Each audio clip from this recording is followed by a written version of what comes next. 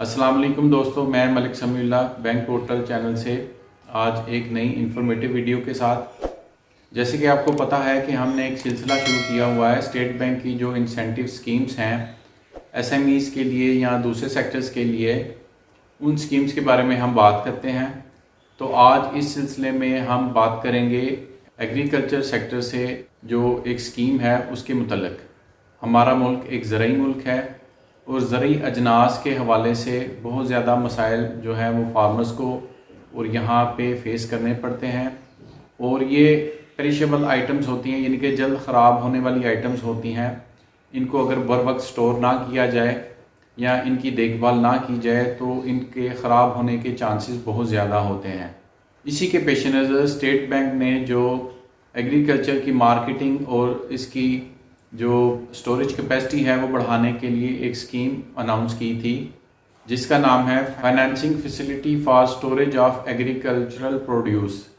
एक एक करके हम इसके फीचर्स देखते हैं। आप ये एक लॉन्ग टर्म फैसिलिटी है जिसमें आप मेटल के, स्टील के या कंक्रीट के ज़रई पैदावार को स्टोर करने के लिए सिलोज, वेयर हाउस या कोल्ड स्टोरेज वगैरह उनको बनाने के लिए, उनकी एक्सपेंशन के लिए, उनको मॉडर्नाइज करने के लिए या रिप्लेसमेंट के लिए, मशीनरी की रिप्लेसमेंट के लिए आप इस स्कीम से फ़ायदा उठा सकते हैं। इस स्कीम के तहत आप लोकल या important plant and machinery, accessories या इक्विपमेंट जो स्टील का है, मेटल का है या कंक्रीट का इस्तेमाल होता है कोल्ड स्टोरेज में, सीलो की बनाने में, वो आप ख़रीद सकते हैं। सीलो, कोल्ड स्टोरेज या वेयर हाउस के लिए अगर आपको जनरेटर की ज़रूरत है तो वो भी आप इस स्कीम के तहत परचेज़ कर सकते हैं। लेकिन जो जनरेटर की कैपेसिटी है वो आपकी जो रिक्वायर्ड कैपेसिटी है उससे ज़्यादा नहीं होना चाहिए। इसकी अब मुद्दत देख लेते हैं। ये लोन 7 साल के लिए दिया जाता है जिसमें 6 माह का ग्रेस पीरियड भी शामिल होता है। ग्रेस पीरियड से मुराद ये है कि आप 6 माह के बाद इंस्टॉलमेंट इसकी पे कर सकते हैं। इस स्कीम के तहत स्टेट बैंक ने बैंक्स को अलाउ किया हुआ है कि वो मैक्सिमम 500 मिलियन तक का फाइनेंस इसमें अलाउ कर सकते हैं। ताहम अगर 200 मिलियन से ज़्यादा का एक्सपोजर किसी बैंक ने भी करना है इस स्कीम के तहत तो वो प्रेफरेबल है कि कंसोर्शियम के ज़रिए किया जाए, यानी कि उसमें कुछ और बैंक्स को शामिल कर दिया जाए और एक बैंक जो है वो 200 मिलियन तक की उसमें फाइनेंसिंग करे। इसमें जो एंड यूज़र का मार्कअप रेट है वो 6% तक है। अगर फाइनेंसिंग की अमाउंट ज़्यादा हो तो बैंक के पास ऑप्शन होती है कि वो इसमें कोई थोड़ी सी कमी भी कर सकते हैं। बहरहाल एक दफ़ा जो रेट तय हो जाएगा वो वही रहेगा through out the financing period. इस रेट को बढ़ाया नहीं जा सकता। ताहम अगर स्टेट बैंक रेट कम करता है तो वो जो बेनिफिट है वो कस्टमर को पास ऑन ज़रूर किया जाएगा। तो इस तरीके से सिर्फ 6% पे आपको, अगर आपने साइलो, वेयर हाउस या कोल्ड स्टोर बनाना है तो उसके लिए 6% पर ये आपको लोन अवेलेबल है। ये आप अपने बैंक के थ्रू स्टेट बैंक से ले सकते हैं। क्योंकि ये फाइनेंस स्टेट बैंक से अवेल करना होता है बैंक्स ने आपके बिहाफ पे, तो जो कमर्शियल बैंक्स हैं उनकी भी कुछ जिम्मेदारियां होती हैं जो उन्होंने पूरी करके स्टेट बैंक को देनी होती हैं आपके बिहाफ पे। सबसे पहले तो बैंक्स ने अपनी जो क्रेडिट की और रिस्क की पॉलिसीज़ हैं उसको फॉलो करना होता है। फिर माल प्रैक्टिसेस और मिस यूटिलाइजेशन को अवॉइड करने के लिए जो प्री डिसबर्समेंट फॉर्मेलिटीज़ हैं वो भी बैंक पूरी करते हैं, जिसमें जो फिजिबिलिटी होती है उसकी करेक्टनेस को चेक करना होता है, कॉस्ट एस्टिमेशन को चेक करना होता है आउटसोर्स से, जो कि बैंक के अप्रूव पैनल पे वैल्यूएटर्स हैं उनकी मदद से।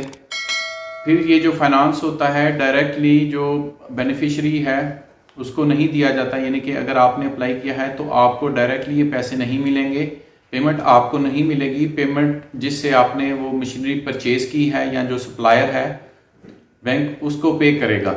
अगर कोई सिविल वर्क का काम है तो बैंक अपने हिसाब से उसको इंस्टॉलमेंट के बेस पे डिस्बर्स करेगा आपको, और फिर वो स्टेजेस की सूरत में आपको डिसबर्समेंट होगी और हर स्टेज पे बैंक का वैल्यूएटर आके चेक करेगा कि काम जितने पैसे दिए हैं उतने का हो गया हुआ है साइट पे कि नहीं। अगर वो हो गया होगा काम उतना तो फिर नेक्स्ट आपको इंस्टॉलमेंट मिलेगी जब तक कि ये काम कंप्लीट हो जाए। अगर आपने इम्पोर्टेड प्लांट एंड मशीनरी कोई मंगवानी है तो वहाँ पे एलसी के अगेंस्ट ही फाइनेंसिंग मुमकिन होगी। बगैर एलसी के bank imported plant and machinery को फाइनेंस नहीं करेगा। ऐसी सूरत में 20 से 25% तक का मार्जिन भी आपको पे करना पड़ सकता है। इस स्कीम के तहत लैंड एक्विजिशन के लिए यानी कि ज़मीन की खरीदारी के लिए ये फाइनेंस नहीं अवेलेबल होगा। फिर second hand plant and machinery purchase करने के लिए भी ये फाइनेंस की फैसिलिटी अवेलेबल नहीं होगी। इन तमाम केसेस को क्योंकि स्टेट बैंक मॉनिटर करता है और वो इंस्पेक्शन भी करते हैं। अगर इंस्पेक्शन में कोई वायोलेशन पाई जाए तो स्टेट बैंक फाइन भी करता है उस वायोलेशन के अगेंस्ट, और वो तमाम जो अमाउंट डिस्बर्स की होती है इस लोन के तहत वो एडजस्ट भी कर लेता है। उसी वक्त जो कि बैंक का अकाउंट होता है वहाँ से स्टेट बैंक के पास ये राइट होता है कि वो उसको डेबिट कर ले।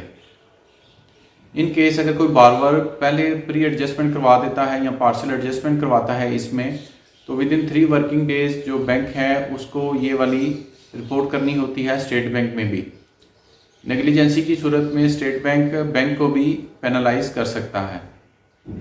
ये एक बहुत अच्छी स्कीम है जो एग्रीकल्चर से रिलेटेड बिजनेसमैन हैं उनके लिए कि अगर वो उन्होंने silo, warehouse, cold store या कोई मॉडर्नाइजेशन के लिए पैसों की ज़रूरत है तो वो अपने बैंक के थ्रू स्टेट बैंक से अवेल कर सकते हैं।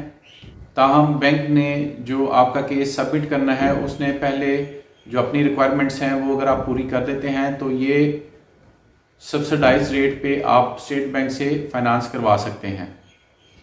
मज़ीद इसमें अगर आपका कोई क्वेश्चन हो तो कमेंट्स कर दीजिएगा, मैं कोशिश करूँगा कि उसका भी रिप्लाई दे दूँ। अगर आपने अभी तक मेरे चैनल को सब्सक्राइब नहीं किया तो सब्सक्राइब करके बेल आइकॉन को भी क्लिक कर दें ताकि आपको मेरी इंफॉर्मेटिव वीडियोस बर वक्त मिल जाया करें। बहुत शुक्रिया। अल्लाह हाफिज़।